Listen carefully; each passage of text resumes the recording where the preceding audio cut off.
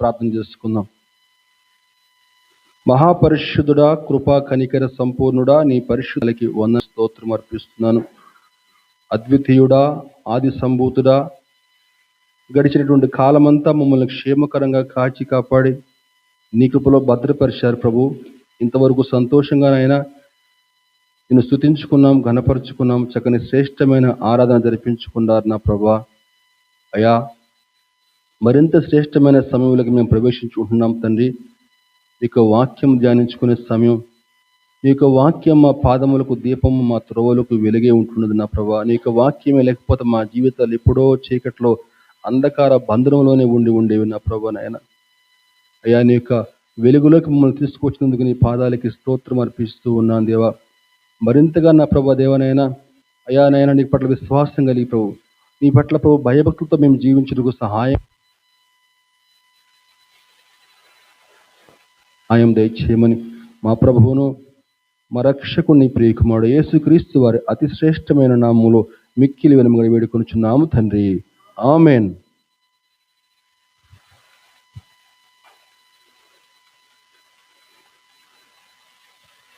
యోహాను సువార్త 1:46.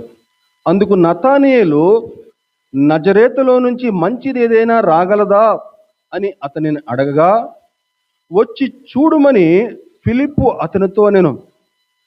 వాక్య సందర్భం చూసుకుంటే యేసు ప్రభు తన యొక్క పరిచర్య ప్రారంభంలో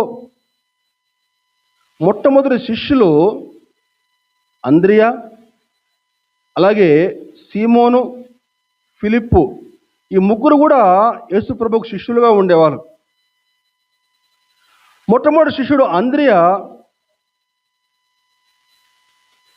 సీమోనును యేసయ్య వద్దకు పట్టుకొస్తే, ఫిలిప్పు నతానీయేలు వద్దకు వెళ్తాడు. అలా ఫిలిప్పు నతానీయేలు వద్దకు వెళ్ళినప్పుడు జరిగిన సందర్భము ఒక్కసారి మనం గమనిద్దామండి. ఫిలిప్పు నతానీయేలు వద్దకు వెళ్ళినప్పుడు ఫిలిప్పు నతానీయేలుతో మాట్లాడుతున్నాడు. యోహాను సువార్త 1:45. ఫిలిప్పు నతానీయేలును కనుగొని, ధర్మశాస్త్రములో మోషేయు ప్రవక్తలను ఎవరిని గురించి వ్రాసిరో ఆయనను కనుగొంటిమి. ఆయన యేసేపు కుమారుడైన నజరేయుడగు యేసు అని అతనితో చెప్పెను. గమనించాలండి, యేసు ప్రభు ఈ లోకంలోకి ఏదో హఠాత్తుగా ఓడిపడలేదండి. ఆయన కొన్ని వేల సంవత్సరాల నుంచి ఇదిగో ఈ విధంగా నేను ఈ లోకానికి రాబోతున్నాను అని చెప్పని అనేక మంది ప్రవక్తల ద్వారా పలికించాడు. ఆయన లేఖనముల ప్రకారం ఈ లోకంలో జన్మించాడు. అదిగో ఆ మాటలు ఎత్తి చూపుతూ ఏమంటాడు ఫిలిప్పు, ఇదిగో మోషేయు ప్రవక్తలు ఎవరి గూర్చి వ్రాసిరో ఆయనను కనుగొంటిమి. ఆయన మరెవరో కాదు, మన యేసేపు కుమారుడు ఉన్నాడు కదా, నజరేయుడగు యేసు, అదిగో ఆయనైనా అని చెప్పని చెప్తే, నతానీయేలు మాట్లాడుతున్నాడు ఏంటని చెప్పానంటే, ఎవరుగా నజరేతు ఏంటి, మెస్సీ ఏంటి, ఏం మాట్లాడుతున్నావు? నజరేతులో నుంచి మంచిది ఏదైనా రాగలదా? ఏం మాట్లాడుతున్నావు అసలుకి? నజరేతు ప్రాంతం ఏంటి, అక్కడి నుంచి మెస్సీ రావటం ఏంటి అని చెప్పని ఏమన్నాడండి. అందుకు నతానీయేలు, నజరేతులో నుంచి మంచిది ఏదైనా రాగలదా అని అతను అడుగుగా, చాలా గొప్ప అర్థం ఈ ఒక్క మాటలో దాగి ఉందండి. నజరేతులో నుంచి మంచిది ఏదైనా రాగలదా అని మాట్లాడితే, ఫిలిప్పు అతనితో వాదన పెట్టుకోకుండా, సరే మంచిదో చెడ్డదో నువ్వైతే వచ్చి చూడు, ఫస్ట్ అయితే నువ్వైతే వచ్చి చూడు అని చెప్పాడు. అసలు ఆ మాట ఫిలిప్పు, ఆ మాట నతానీయేలు ఎందుకని అన్నాడు? ఆ మాట నతానీయేలు ఎందుకని ఆ విధంగా మాట్లాడాడు? నజరేతుల నుంచి మంచిది ఏదైనా రాగలదా? అసలు నజరేతుకి యేసు ప్రభుకు సంబంధం ఏంటి? ఆయన నజరేయుడైన యేసు అని చెప్పని ఎందుకు అంటాము? ఈరోజు ఈ యొక్క వాక్యంలో మనం గమనించే ప్రయత్నం చేద్దాం. నతానీయేలుకి మరొక పేరేంటని చెప్పారంటే బర్తలోమయి అనే పేరు కూడా ఉంది. మీకు రెఫరెన్స్కి రాసుకోండి, ఎవరైనా రాసుకునే వాళ్ళు ఉంటే కనుక. బర్తలోమయి, బర్ ప్లస్ తలోమయి. బర్ అని చెప్పంటే కుమారుడు, తలోమయి యొక్క కుమారుడి పేరే బర్తలోమయి. బర్ యేసు అని చెప్పానంటే యేసు కుమారుడు, అట్లనమాట. బర్ యేసు అని చెప్పున్నాడు కదా ఒకతను. అట్లనే మనకి బరబ్బా, బర్ ప్లస్ అబ్బా, బరబ్బా. అలాగే బర్తలోమయి అని చెప్పానంటే బర్ ప్లస్ తలోమయి, బర్తలోమయి. ఈ నతానీయులకి మరొక పేరు కూడా ఉందండి. సరే, సందర్భానికి వస్తే ఎందుకని ఆ మాట మాట్లాడాడు మనం గమనిస్తే, అసలు నజరేత్ అనే ప్రాంతం ఎక్కడుంది అని గమనిస్తే, పాలస్తీనా దేశంలో గలిలీ అనేటువంటి ఒక రాష్ట్రంలో ఈ నజరేత్ అనే ఒక గ్రామం ఉందండి. పాలస్తీనా అనే దేశంలో గలిలీ అనే రాష్ట్రంలో ఈ నజరేత్ అనేటువంటి గ్రామం ఉంది. ఎక్కడో కొండ చర్యల్లో విసిరేసినట్లుగా ఉంటుంది ఈ ప్రాంతం. మిగతా ఊర్లకు అన్నిటికీ దూరంగా ఉంటుంది ఈ ప్రాంతం. సరైన సదుపాయాలు లేకుండా, వసతులు లేకుండా ఏదో ఒక చీకటి ప్రాంతం లాగా ఉంటుంది నజరేత్. కాబట్టి ఆ ప్రాంతంలో ఎక్కువ బందిపోటు దొంగలు, ప్రభుత్వ వ్యతిరేక కార్యకలాపాలు చేసేటువంటి వారు ఆ ప్రాంతంలో ఎక్కువ నివాసం ఉండేవారట. అందుకని చెప్పిన ప్రాంతం అని చెప్పానంటే మిగిలిన వారందరూ కూడా చాలా అసహ్యం. సరిగా ఆ ప్రాంతం వాళ్ళతో మాట్లాడేవాళ్ళు కాదు, వ్యాపార సంబంధాలు పెట్టుకునేవారు కాదు. పైగా ఆ ప్రాంతం వాళ్ళు వేరే వాళ్ళతో సరిగా మాట్లాడడానికి ఇష్టపడేవాళ్ళు. ఎందుకని చెప్పారంటే ఆ ప్రాంతం వాళ్ళకు ఆ భాష ఒకటి తెలుసట. ఆ నజరేత్ అనే ప్రాంతంలో ఒక సపరేట్ భాష ఉంటుందట. కాబట్టి ఆ మిగిలిన భాషలు వాళ్ళు తెలియవు కాబట్టి మిగిలిన వాళ్ళతో సంబంధాలు కూడా పెట్టుకునేవాళ్ళు కాదట వీళ్ళు. అలా విసిరేయబడినట్టుగా ఉండేటువంటి ప్రాంతం, సరైన సౌకర్యాలకు ఉండే ప్రాంతాన్ని ప్రభుత్వం వారు కూడా ఏంటో చెప్పారంటే దానికి పేరు పెట్టారు, కాబూల్ అని పేరు పెట్టారు దానికి. కాబూల్ అని చెప్పంటే నిష్ప్రయోజనమైన ప్రాంతం, పనికిరాని ప్రాంతం. అది ఏదో ఉంటారులే, వాళ్ళు బతుకుతారులే అన్నట్లుగా ఆ నజరేత్ అనేటువంటి ప్రాంతాన్ని ఆనాటి ప్రభుత్వం కానీ ప్రజలు కానీ చెప్పుకునేవారండి. గమనించాలండి, అటువంటి విసిరివేయబడిన ప్రాంతాన్ని, అటువంటి చీకటి ప్రాంతాన్ని, అటువంటి తృణీకరించబడిన ప్రాంతాన్ని ప్రభువు ఇష్టపడి ఆ ప్రాంతంలో నివాసం ఉండటానికి ఇష్టపడ్డాడండి. దేవునికి స్తోత్రం, హల్లెలూయా. ఆ ప్రాంతంలో, అవునండి, ప్రభు ఈ లోకంలో గొప్ప గొప్ప వారి కోసం, ఉన్నతమైన స్థాయిలో ఉండే వారి కోసం ఈ లోకానికి రాలేదు. ఆయన బలహీనుల కోసం, తృణీకరించబడిన వారి కోసం, బీద బిక్కి కోసం ఆయన ఈ లోకానికి వచ్చాడు. మంచి వారి కోసం రాలేదు ఈ లోకానికి. ఆయన పాపుల కోసం వచ్చి పాపులను మార్చడానికి ఆయన ఈ లోకానికి వచ్చాడు. గమనించాలండి. అదిగో అటువంటి ప్రాంతంలో ప్రభు ఉండటానికి ఇష్టపడ్డాడండి. గమనించాలి. మహోన్నతుడు, సమీపింపురాని తేజస్సులో వసించేటువంటి వాడు, నిత్యత్వంలో వసించేటువంటి వాడు అటువంటి పనికి మాలిన ప్రాంతంలో ఉండటానికి ఇష్టపడ్డాడు. గమనించాలి. మన ప్రభు ఎంత మంచివాడు. ఆయనకి అనేకమైన పేర్లు ఉన్నాయండి. ఆయనకి ఇమ్మానుయేల్ అని చెప్పిన పేరుంది. అలాగే ఆయనకి దావీదు కుమారుడు అని కూడా పేరుంది. ఇమ్మానుయేల్ అని చెప్పారంటే దేవుడు మనకు తోడే ఉన్నాడు, అది పరలోకపు పేరు ఆయనకి. అలాగే దావీదు కుమారుడు అని కూడా అంటారు. ఎందుకని చెప్పానంటే ఆయన దావీదు వంశంలో జన్మించాడు కాబట్టి ఆయనకి దావీదు కుమారుడు అని చెప్పని పేరు. మరి ఆయన నజరేయుడు అని చెప్పి ఎందుకంటారు అని మనం గమనించగలిగితే, మత్తయి సువార్త 2వ అధ్యాయము 13వ వచనం, వారు వెళ్ళిన తర్వాత ఇదిగో ప్రభువు దూత స్వప్నమందు యోసేపునకు ప్రత్యక్షమై, హేరోదు ఆ శిశువును సంహరించవలనని ఆయనను వెతకపోవచ్చున్నాడు కనుక నీవు లేచి ఆ శిశువును ఆయన తల్లిని వెంట పెట్టుకుని ఐగుప్తునకు పారిపోయి నేను నీతో తెలియచెప్పు వరకు అక్కడనే ఉండమని అతనితో చెప్పెను. వారు వెళ్ళిన తర్వాత అంటే ఎవరు వెళ్ళిన తర్వాత? ఎవరు వెళ్ళాకమ్మా? వారు వెళ్ళిన తర్వాత అని చెప్పానంటే తూర్పు దేశపు జ్ఞానులు వెళ్ళిన తర్వాత, తూర్పు దేశపు జ్ఞానులు ఎక్కడి నుంచో కొన్ని వందల వేల మైళ్ళ దూరం ప్రయాణం చేసి యేసు ప్రభువును దర్శించడానికి యెరూషలేముకి వచ్చారు. అయితే యెరూషలేముకి వచ్చిన తర్వాత వాళ్ళు ఆ నక్షత్రాన్ని అనుసరించి యేసు ప్రభు జన్మస్థలం అక్కడికి రాకుండా వాళ్ళు ఎక్కడికి వెళ్ళారు?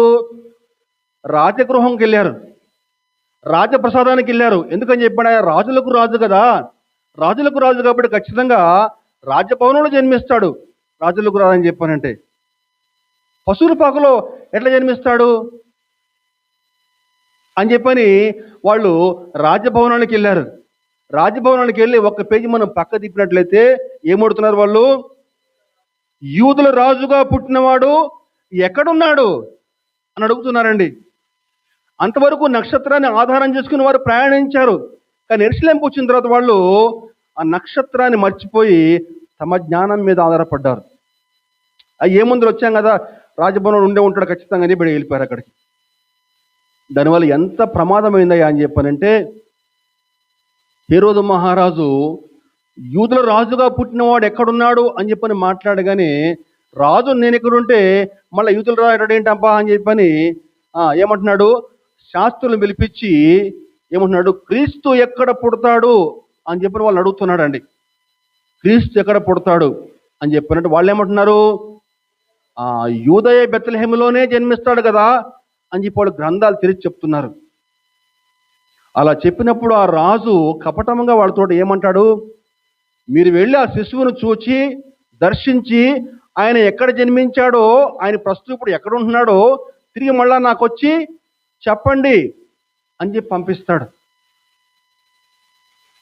ఆ జనులు సరేనయ్యా అని చెప్పి అక్కడి నుంచి బయలుదేరి యేసు ప్రభు యొక్క జన్మస్థలం వద్దకు వచ్చి యేసు ప్రభుని చూసి, మనకందరూ తెలుసు ఇవన్నీ కూడా బంగారము, సాంబ్రాణి, బోళం కూడా అర్పించి తిరిగి మళ్ళా వెళ్ళబోయే సమయంలో మళ్ళా ప్రభు దూత వారికి ఏం చెప్తాడని చెప్పారంటే, తిరిగి మళ్ళా మీరు హేరోదు వద్దకు వెళ్ళొద్దు, వేరే దారిలో వెళ్ళిపోండి అని చెప్పి వాళ్ళకి చెప్తాడు. అలా తిరిగి మళ్ళీ వాళ్ళు హేరోదు వద్దకు వెళ్లకుండా వాళ్ళు వేరే దారిలో వెళ్తారు. కానీ హేరోదుకి అనుమానం వచ్చేస్తుంది. ఆ జ్ఞానులు నన్ను అపహసించారు, నన్ను వేళాకోళం చేశారు అని చెప్పని మహా ఆగ్రహంతో 2 ఏళ్లలోపు చిన్నపిల్లలందరినీ కూడా, జ్ఞానులు ఎప్పుడు బయలుదేరారు, శిశువు పుట్టి ఎంతకాలం అవుతుంది అని చెప్పని ఆ సమయాన్ని బేరీది వేసుకుని 2 ఏళ్ళు ఉండొచ్చు బహుశా శిశువుకి అని చెప్పని 2 ఏళ్లలోపు పిల్లలందరినీ కూడా చంపేయాల్సిందే అని చెప్పని ఆజ్ఞ జారీ చేశాడండి. జ్ఞానుల యొక్క చిన్న పొరపాటు ఎంత ప్రమాదం అని చెప్పారంటే, రామాలో అంగలార్పు వినపడని చెప్పిన ఒక ప్రవచనం నెరవేరిందండి. చిన్న పిల్లలు అందరూ కూడా చంపబడ్డారు, రక్తం ఏరులే పారిందటండి. అయితే అంతకు మునిపే యోసేపుకి ప్రభువు దూత కలలో ప్రత్యక్షమై ఏమన్నాడండి? వారు వెళ్ళిన తర్వాత ఆ జ్ఞానులు వచ్చి వెళ్ళిపోయిన తర్వాత అని చెప్పారంటే, బైబిల్ జ్ఞానులు చెప్తారు 40 దినాలు పూర్తయిన తర్వాత, యేసు ప్రభువు జన్మించి 40 దినాలు పూర్తయిన తర్వాత, 40 అని చెప్పారంటే ఆ శుద్ధి చేసుకోవడం అన్నమాట. మగ పిల్లవాడు పుట్టిన తర్వాత 40 దినాల పాటు శుద్ధి దినాలు ఉంటాయి అన్నమాట. ఆ శుద్ధి దినాలు పూర్తయిన తర్వాత 40 దినాల తర్వాత యేసేపుకి దూత ప్రత్యక్షమే. ఏం చెప్తున్నాడు దూత? చదువుదాం ఇప్పుడు ఒకసారి. ప్రభువు దూత స్వప్నమందు యేసేపుకి ప్రత్యక్షమై, హేరోదు ఆ శిశువును సంహరించవలనని ఆయనను వెతకపోవచ్చున్నాడు కనుక నీవు లేచి ఆ శిశువును ఆయన తల్లిని వెంట పెట్టుకుని ఐగుప్తుకి పారిపోయి నేను నీతో తెలియజెప్పే వరకు అక్కడనే ఉండమని అతనితో చెప్పెను. గమనించాలండి, హేరోదు ఈ విధంగా నిర్ణయం తీసుకుంటాడు కాబట్టి నువ్వు ముందుగానే తల్లిని శిశువుని తీసుకుని ఐగుప్తుకి వెళ్ళిపో అని చెప్పిన దూత చెప్తున్నాడండి. అలా దూత యొక్క మాట పట్టుకుని యేసేపు ఆ రాత్రికాల సమయంలో తల్లిని ఆ చిన్న శిశువుని తీసుకుని ఐగుప్తుకి వెళ్ళిపోతాడు. అలా ఐగుప్తులో నివాసం ఉంటాడు చాలా కాలం పాటు. తర్వాత మళ్ళా ఒకనాడు దూత ప్రత్యక్షమయ్యి మళ్ళా ఏం చెప్తాడని చెప్పినట్టు దూత మత్తయి సువార్త 2వ అధ్యాయం 19వ వచనం 20-21. హేరోదు చనిపోయిన తర్వాత ఇదిగో ప్రభువు దూత ఐగుప్తులో యోసేపునకు స్వప్నమందు ప్రత్యక్షమై, నీవు లేచి శిశువును తల్లిని తోడుకుని ఇశ్రాయేలు దేశమునకు వెళ్ళుము, శిశువు ప్రాణము తీయచూచున్నవారు చనిపోయిరని చెప్పెను. అప్పుడు అతడు లేచి శిశువును తల్లిని తోడుకుని ఇశ్రాయేలు దేశమునకు వచ్చెను. అదండి. కొంతకాలం పూర్తయిన తర్వాత మళ్ళా ఈ హేరో చనిపోతాడు. చనిపోయిన తర్వాత మళ్ళా దూత ప్రత్యక్షమై, అదిగో ఎవరైతే ఆ శిశువును చంపాలని చెప్పి అనుకుంటున్నాడో ఆ రాజు చనిపోయాడు, కాబట్టి నువ్వు ఇంక పిల్లవాడిని తీసుకుని మళ్ళా ఇశ్రాయేలుకి బయలుదేరు. తిరిగి మళ్ళా తల్లిని ఆ పిల్లవాడిని తీసుకుని మళ్ళా ఇజ్రాయెల్కి వచ్చేస్తాడు. అయితే ఇజ్రాయెల్ దేశంలో అప్పుడు హేరోదు యొక్క కుమారుడు అర్కెలా అనేటువంటి రాజు పరిపాలన చేస్తూ ఉంటాడు. వాడు పరమ క్రూరుడు, నియంత అని చెప్పని మళ్ళా అక్కడ ఉండటానికి భయపడిపోయి నజరేత్ అనే ప్రాంతానికి వెళ్ళి అక్కడ నివాసం ఉంట ప్రారంభిస్తారు. ఎందుకని అక్కడే ఉండటానికి ఇష్టపడ్డారు అని చెప్పానంటే, ఇదిగో ఈ మరియా యోసేపుల యొక్క స్వగ్రామం అక్కడే కాబట్టి. ఈ మరియా యోసేపుల యొక్క అసలు స్వగ్రామము నజరేత్ అనేటువంటి గ్రామం అండి. రిఫరెన్స్ చూద్దాం అది కూడా. లూకా సువార్త 1వ అధ్యాయము 26-27 వచనం.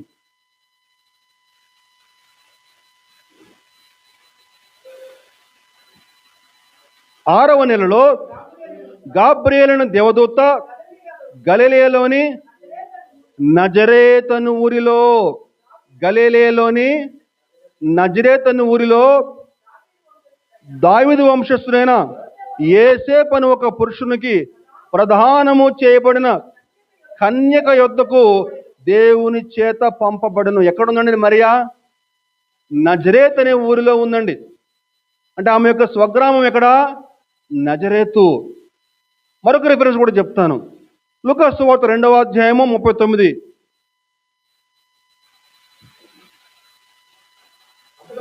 అంతటా వారు ప్రభువు ధర్మశాస్త్రము చొప్పున సమస్తమును తీర్చిన పిమ్మట గలిలయలోని నజరేతని తమ ఊరికి తిరిగి వెళ్ళిరి.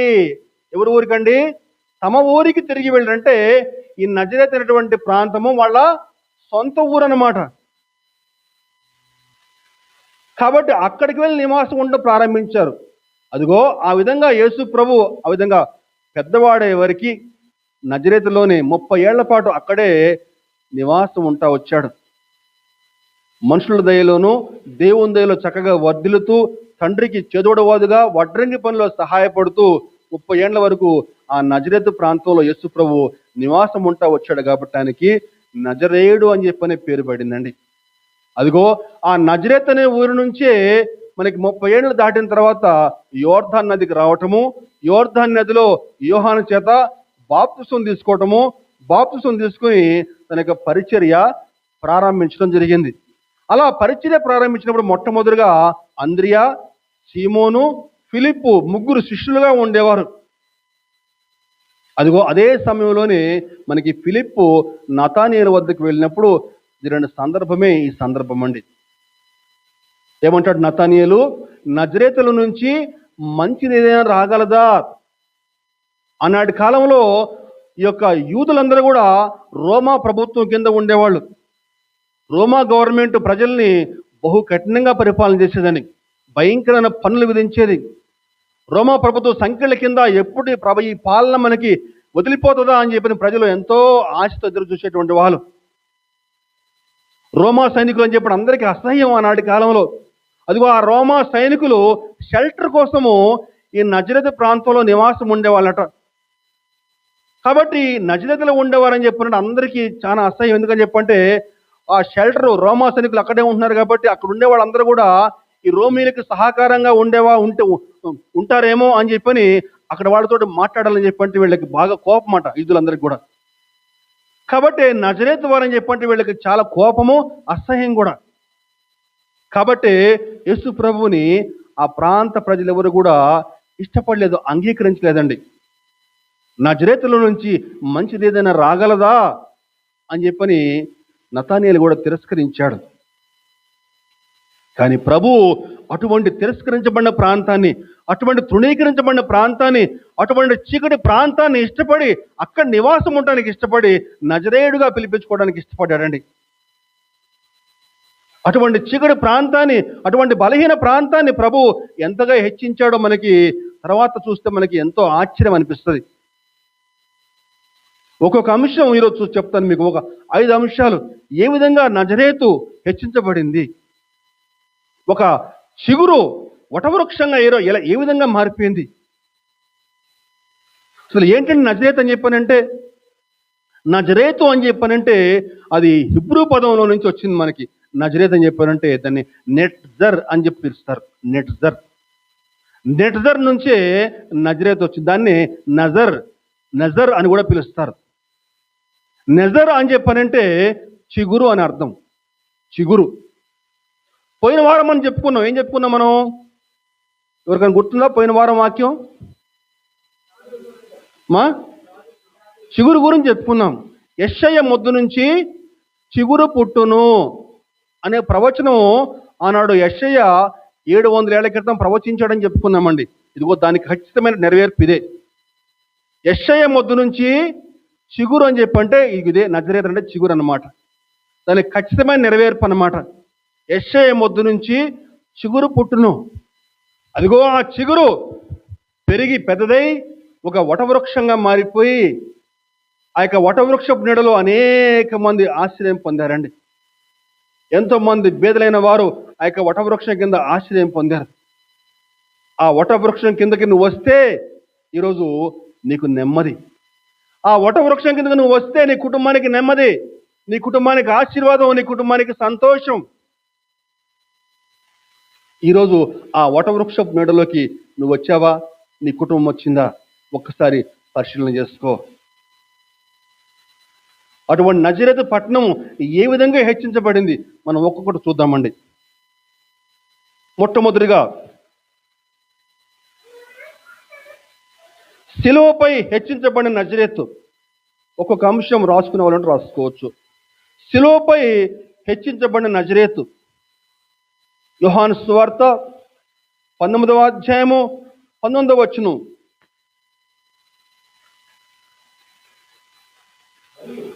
మరియు పిలాతు యూదుల రాజైన నజరేయుడగు యేసు అను పై విలాసము వ్రాయించి శిలువ మీద పెట్టించెను.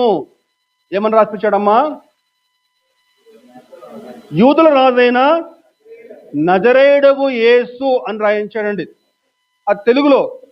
కానీ ఆనాటి కాలంలో పిలాతు ఏమని రాయించాడని చెప్పానంటే INRI అని రాయించాడు. INRI. ఎన్ అని చెప్పానంటే నజరీన్, నజరేతు అని అర్థం అండి. నజరేతు. యూదుల రాజైన నజరేయుడగు యేసు అని రాపిస్తే ఆనాటి ప్రధాన యాజకులు అభ్యంతరం చెప్పారట. అలా ఎందుకు రాపిస్తావు? నేను యూదుల రాజు అని చెప్పని వాడు అన్నాడు కదా, వాడు అన్నట్టుగా రాపించు అని చెప్పిన అభ్యంతరం చెప్పారట. ఆనాటి కాలంలో ఈ ప్రధాన యాజకులు ఏ మాట చెప్తే ఆ మాట నిలవేరాల్సిందే. సుప్రీంకోర్టు ఎట్లాగో ఆనాటి సన్హెద్రిన్ సభ అట్లా ఉండేది. ఆ సభలో వాళ్ళు ఏ మాట చెప్తే ఆ మాట నెరవేరాల్సిందే, అంతే. ఇంకా కానీ పిలాతు మాత్రం ఒప్పుకోలేదటండి. నేను ఏదో రాశాను కదా, మీకు ఎందుకు అదంతా, నేను ఏదో రాశాను కదా, అట్లా ఉన్నాయండిగా అని చెప్పి పిలాతు దాన్ని అట్లాగే ఉంచాడు. యూదుల రాజైన నజరేయుడగు యేసు. ఈరోజు ప్రపంచంలో ఎక్కడ శిలువ ఉన్నా సరే, ఆ శిలువ పైన యేసు వేలాడుతున్నటువంటి బొమ్మ ఎక్కడ ఉన్నా సరే, ఆ చిత్రం ఎక్కడ ఉన్నా సరే, పైన INRI అనే పదం ఉండాల్సిందే. ఆ INRI అనే పదం ఉండాల్సిందే. అందులో ఎన్ అనే పదం చూడగానే మనకి ఆయన నజరేయుడు అని చెప్పి మనకి జ్ఞాపకం రావాల్సిందే. శిలువపై హెచ్చించబడిన నజరేతు. ఒకప్పుడు చీకటి ప్రాంతంలో ఉన్న నజరేతు హెచ్చించబడిందండి. మొట్టమొదటిది శిలువపై హెచ్చించబడిన నజరేతు. రెండవదిగా పరలోక దూతలు హెచ్చించిన నజరేతు. రెండవ అంశము పరలోకపు దూతలు హెచ్చించిన నజరేతు. మార్కు సువార్త 16వ అధ్యాయము 6, 7 వచనాలు. అందుకతడు కలవర పడకుడి, సిలువ వేయబడిన నజరేయుడగు యేసును మీరు వెతుకుచున్నారు, ఆయన లేచి ఉన్నాడు, ఇక్కడ లేడు. వారు ఆయనను ఉంచిన స్థలము చూడుడి. మీరు వెళ్ళి ఆయన మీకంటే ముందుగా గలిలయలోకి వెళ్ళుచున్నాడని ఆయన మీతో చెప్పినట్టు అక్కడ మీరు ఆయనను చూతురనియు ఆయన శిష్యులతోనూ పేతురుతోనూ చెప్పుడనెను. గమనించాలండి, యేసు ప్రభు చనిపోయిన తర్వాత 3వ రోజు పొద్దున్నే కొంతమంది స్త్రీలు యేసు ప్రభు సమాధి వద్దకు వెళ్తారు. అలా వెళ్ళిన తర్వాత అక్కడ యేసు ప్రభు మృతదేహం అక్కడ లేదు. యేసు ప్రభు అప్పటికే పునరుత్థానుడయ్యాడు. గమనించాలి, యెరూషలేములో ఉన్న ఖాళీ సమాధి, ఈనాటికి కూడా ఆ సమాధి అక్కడ ఖాళీగానే ఉందండి. తాను ఏమైతే చెప్పాడో, మనుష్య కుమారుడు అందరి చేత సిలువ వేయబడి శ్రమల నుండి ఆ విధంగా మరణిస్తాడు, సమాధి చేయబడతాడు, తిరిగి మళ్ళా 3వ దినమున తిరిగి లెగుస్తాడు అని చెప్పని ఆయన ఏమైతే చెప్పాడో, తిరిగి అదే విధంగా ఆదివారం వేకువజామున 3వ రోజున ఆయన పునరుత్థానుడయ్యాడు. ఈరోజు యెరూషలేములో ఆ ఖాళీ సమాధి నేటి క్రైస్తవునికి ఒక నిరీక్షణ. యెరూషలేములో ఆ ఖాళీ సమాధి క్రైస్తవునికి ఒక గుండెకాయ. యేసుప్రభు ఏ విధంగా మరణించి తిరిగి లేచాడో, ఈరోజు నువ్వు యేసుప్రభుని విశ్వసించి ఆయన రక్తంలో నీ పాపాలు కడుక్కుంటే ఆయన 2వ రాకడలో అదే విధంగా నువ్వు తిరిగి పునరుత్థానుడు అవుతావు. దేవునికి నామానికి మహిమ కలుగును గాక. హల్లెలూయా. యెరూషలేములో ఆ ఖాళీ సమాధి నేటికి అదే విధంగా తెరిచింది. ఈరోజు ప్రపంచవ్యాప్తంగా ఎక్కడ ఏ సమాధి చూడండి, గొప్ప గొప్ప వారి సమాధులు అన్నీ కూడా సమాధి మూయబడే ఉంటాయి, కానీ యెరూషలేములో ఆ సమాధి తెరవబడి ఉందండి. ఆయన సజీవుడైన దేవుడు, మరణమును గెలిచాడు, సమాధిని గెలిచిన ప్రభువు.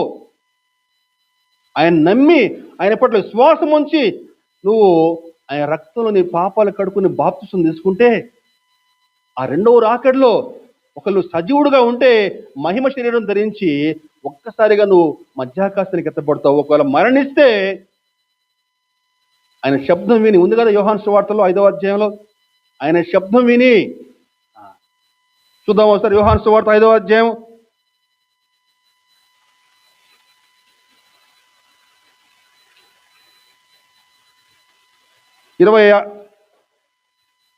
28వ వచనం అండి. దీనికి ఆశ్చర్యపడుకుడి, ఒక కాలము వచ్చుచున్నది, ఆ కాలములో సమాధుల్లో ఉన్న వారందరూ ఆయన శబ్దం విని మేలు చేసిన వారు జీవ పునరుత్థానమునకును, కీడు చేసిన వారు తీర్పు పునరుత్థానమునకు బయటికి వచ్చుదురు. ఆయన శబ్దం విని మేలు చేసిన వారు తీర్పు పునరుత్థానికి వచ్చేస్తారటండి. అదిగో ఆ విధంగా ఈ యొక్క స్త్రీలు అక్కడికి వెళ్ళేసరికి యేసు ప్రభు యొక్క మృతదేహం అక్కడ లేదు, కానీ ఒక దూత అక్కడ ప్రత్యక్షమై ఏం మాట్లాడుతున్నాడండి, మీరు కలవరపడకుడి, సిలువ వేయబడిన నజరేయుడగు యేసుని మీరు వెతుకుచున్నారు, ఆయన లేచి ఉన్నాడు, ఇక్కడ లేడు. వారు ఆయనను ఉంచిన స్థలము చూడుడి. మీరు వెళ్ళి ఆయన మీకంటే ముందుగా గలిలయలోకి వెళ్ళుచున్నాడని ఆయన మీతో చెప్పినట్టు అక్కడ మీరు ఆయనను చూతురని. అంటే పరలోకపు దూతలు కూడా నజరేతు ప్రాంతాన్ని హెచ్చిస్తా ఉన్నారండి. కేవలం భూలోకమే కాదు, పరలోకం కూడా నజరేతుని ప్రస్తావిస్తూ ఉంది. గమనించాలి, కేవలం దేవదూతలే కాదు, సాతాను యొక్క దూతలు, అపవిత్రాత్మలు కూడా నజరేతుని ప్రస్తావిస్తూ ఉన్నాయి. అది కూడా చూద్దాం. మార్కు సువార్త, అదే మార్కు సువార్త 1వ అధ్యాయము 24, 25, 26. వాడు నజరేయుడగు యేసు, మాతో నీకేమి, మమ్ము నశింప చేయుటకు వచ్చేదివా? నీవెవడవో నాకు తెలియను, నీవు దేవుని పరిశుద్ధుడవు అని కేకలు వేసిను. అందుకు యేసు ఊరకుండము, వానిని విడిచిపొమ్మని దానిని గద్దింపగా ఆ అపవిత్రాత్మ వానిని విలవిల్లాడించి పెద్ద కేక వేసి వాడిని విడిచిపోయాను. ఒకనాడు యేసు ప్రభువు సమాజ మందిరానికి వెళ్ళి ఆయన యొక్క అలవాటు ప్రకారం సమాజ మందిరానికి వెళ్ళటం ఆయనకి అలవాటు. అలా వెళ్ళినప్పుడు అక్కడ అపవిత్రాత్మ పట్టిన మనుషుడు ఒకడు కనిపించాడు. అలా కనపడగానే యేసు ప్రభువుని వాడు చూడగానే అతను ఉన్న దురాత్మ ఏమంటుంది, నజరేయుడగు యేసు మాతో నీకేమి, సమస్తమును ఆయన ద్వారా సృజించబడిను, ఆయన సర్వ సైన్యములకు అధిపతికు దేవుడండి. ఆయన అంతా కూడా ఆయన అధికారానికి లోబడాల్సిందే. ఎక్కడివి అపవిత్రాత్మలు? ఎక్కడ ఉన్న అపవిత్రాత్మలు? లూసిఫర్ యొక్క స్నేహితులు అనమాట ఈ అపవిత్రాత్మలు అన్నీ కూడా. పైనుంచి లూసిఫరు పరలోకం నుంచి కిందకు దోయబడితే లూసిఫర్తో పాటు మేము కూడా వచ్చేస్తాం నీతో పాటు అని చెప్పని వచ్చినటువంటి అపవిత్రాత్మలు ఇవన్నీ కూడా. ఈనాడు ప్రజలు అనేక మందిని పట్టి పీడిస్తూ ఉన్నాయి. కొన్ని కఠినమైనటువంటి జబ్బులు, కొన్ని భయంకరమైన జబ్బులు ఇవో ఈ దురాత్మల చేత పట్టబడి పీడించబడుతూ ఉన్నారు.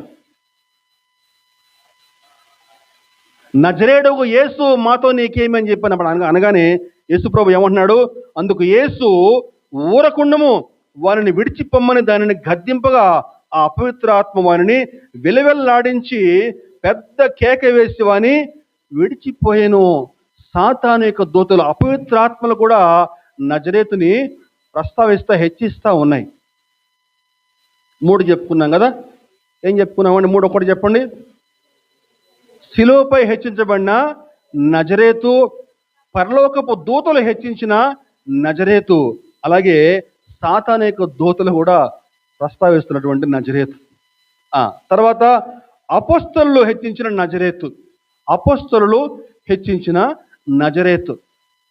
అపోస్తల కార్యము 3వ అధ్యాయము 6, 7, 8 వచనాలు. అంతటా పేతురు, వెండి బంగారములు నా యొద్ద లేవు, కానీ నాకు కలిగినదే నీకిచ్చుచున్నాను. నజరేయుడైన యేసుక్రీస్తు నామమున నడుమని చెప్పి వాని కుడి చేయి పట్టుకుని లేవనెత్తెను. వెంటనే వాని పాదములు చీలమండలు బలము పొందెను. వాడు దిగ్గున లేచి నిలిచి నడిచెను. నడుచుచు గంతులు వేయచు దేవుని స్తుతించుచు వారితో కూడా దేవాలయంలోనికి వెళ్ళను. గట్టిగా దేవుని మహింపడదామండి. హల్లెలూయా, దేవునికి స్తోత్రం. ఒక పుట్టు కుంటివాడు దేవాలయం దగ్గర అడుక్కుంటా ఉన్నాడు. పుట్టు కుంటివాడు అంటే వాడు పుట్టుకతో కుంటివాడు. మధ్యాహ్నం వేళ పేతురు, యోహాను దేవాలయానికి వెళ్ళి దేవుని ఆరాధన చేసుకుందామని చెప్పని వెళ్తూ ఉంటే వాడు పేతురు, యోహాను వైపు వాడు చూస్తా ఉన్నాడు. ఏమన్నా నాకేదైనా రూపాయి పాప ఎత్తుదామని చెప్పని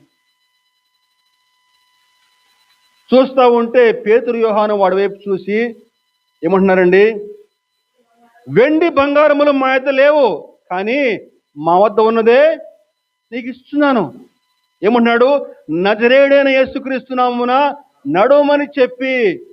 ఆనాడు శిష్యుల వద్ద వెండి బంగారం లేదండి, కానీ ఏముంది, నజరేయుడైన క్రీస్తు నామం ఉంది వాళ్ళ దగ్గర. నజరేయుడైన క్రీస్తు నామంలో నువ్వు లేచి నడవమని చెప్పగానే వాడు లేచి నిలిచి నడిచాడండి. పుట్టుకుంటే వాడు ఆశ్చర్యం అని చెప్పంటే ఒక్క దెబ్బతోటి వాడు లేచి నిలిచి నడిచాడు, గంతులు వేశాడు. వాడు ఆనందం పట్టలేకపోతున్నాడండి. వాడు ఆనందం పట్టలేక గంతులు వేస్తా ఉన్నాడు. యేసు ప్రభువు నామం శ్రేష్టమైన నామం అండి, ఉన్నతమైన నామము. నజరేయుడైన యేసుక్రీస్తు నామము దురాత్మలను వెళ్ళగొట్టే నామం, స్వస్థపరిచేటువంటి నామం అండి. ఆ యొక్క నామాన్ని విశ్వసిస్తే నీ జీవితానికి ఒక అర్థం వస్తుంది, నీ జీవితానికి ఒక గుర్తింపు వస్తుంది. ఈరోజు నీ జీవితానికి గుర్తింపు వచ్చిందని చెప్పానంటే ఆయన యొక్క జన్మ వల్లనే. ఈరోజు నీ జన్మదినం ఫలానా అని చెప్పుకుంటావు అని చెప్పానంటే ఆయన యొక్క జన్మ వల్లనే నువ్వు చెప్పగలుగుతున్నావు. ఆధార్ కార్డులో నా బర్త్డే అని చెప్పని. యేసు ప్రభు యొక్క జన్మ ద్వారా కాలం 2 భాగాలుగా విభజించబడింది. అలా నీ జన్మదినం ఏంటని చెప్పంటే అదిగో యేసు ప్రభు యొక్క జన్మదినం నుంచి ఉన్న జన్మదినం ఇదిగో ఇది అని చెప్పి నువ్వు చెప్పుకోగలుగుతున్నావు ఈనాడు. యేసు ప్రభు యొక్క జన్మదినం ద్వారా నీకు గుర్తింపు వచ్చింది, నువ్వు మనిషి అని చెప్పాను. ఎందుకని చెప్పంటే ఆనాడు సెన్సెస్ స్టార్ట్ అయింది యేసు ప్రభు యొక్క జన్మదినం అప్పుడే. యేసు ప్రభు ఆనాడు కైసర్ ఆగుస్తు కాలంలో ప్రజాసంఖ్య వ్రాయబడినని అని చెప్పిన మాట మనం జ్ఞాపకం చేసుకుందామండి. The first census started at the time of birth of Jesus Christ.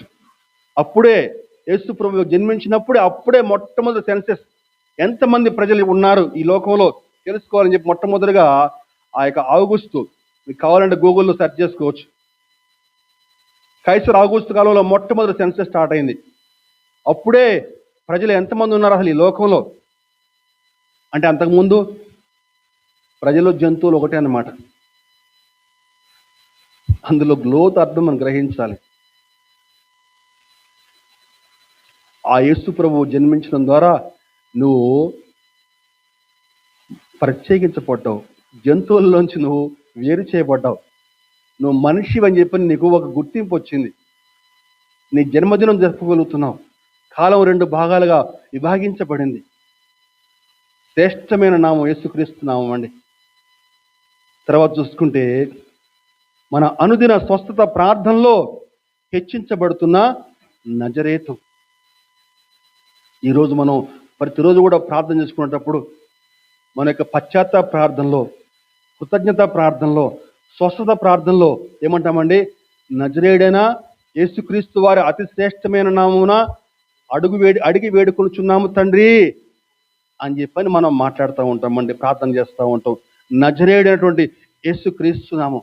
ఒకప్పుడు చిన్న చిగురుగా ఉన్నటువంటి గ్రామం.